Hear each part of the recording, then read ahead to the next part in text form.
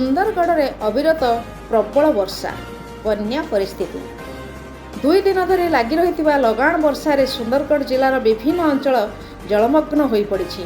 କେତେକ ସ୍ଥାନରେ ବର୍ଷା ଜଳ ପୋଲ ଉପରେ ବୋହିଥିବା ବେଳେ ଅନେକ ରାସ୍ତାରେ ପାଣି ପ୍ରଭାବିତ ହୋଇ ଯାତାୟାତ ବିଚ୍ଛିନ୍ନ ହୋଇଛି। ପାଣିପାଗ ବିଭାଗ ଗତକାଲି ଜିଲ୍ଲା ପାଇଁ ରେଡ୍ ୱାର୍ଣ୍ଣିଂ ଜାରି କରିଥିଲେ। ଗତ 24 ଘଣ୍ଟାରେ ସୁନ୍ଦରଗଡ଼ରେ 511 ମିଲିଲିଟର ବର୍ଷା ରେକର୍ଡ ହୋଇଛି।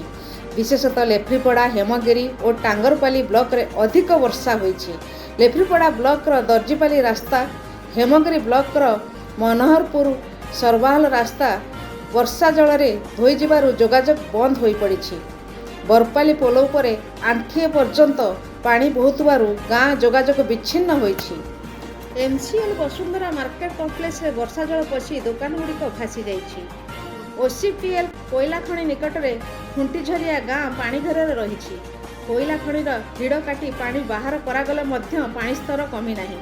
ବିଲାଇମୁଣ୍ଡା ଅଞ୍ଚଳରେ ବର୍ଷା ଜଳ ଘରେ ପଶିବାରୁ ଲୋକମାନଙ୍କର ଆସବାବପତ୍ର ପାଣିରେ ଭାସୁଛି। ବାଙ୍କିବାହାଲ ବସୁନ୍ଧରା ରାସ୍ତାରେ ବର୍ଷା ଜଳ ଭରିଯାଇଥିବାରୁ ରାସ୍ତା କୂଳେ ଥିବା କାର୍ ଓ ବାଇକ୍ଗୁଡ଼ିକ ପାଣିରେ ବୁଡ଼ିଗଲା। ପ୍ରବଳ ବର୍ଷାର ପ୍ରଭାବରେ ଇବ୍ ନଦୀ ସହିତ ଅନ୍ୟାନ୍ୟ ନଦୀର ଜଳସ୍ତର ବୃଦ୍ଧି ପାଇଥିବାରୁ ଗ୍ରାମାଞ୍ଚଳରେ ବନ୍ୟା ସଦୃଶ ପରିସ୍ଥିତି ସୃଷ୍ଟି ହୋଇଛି।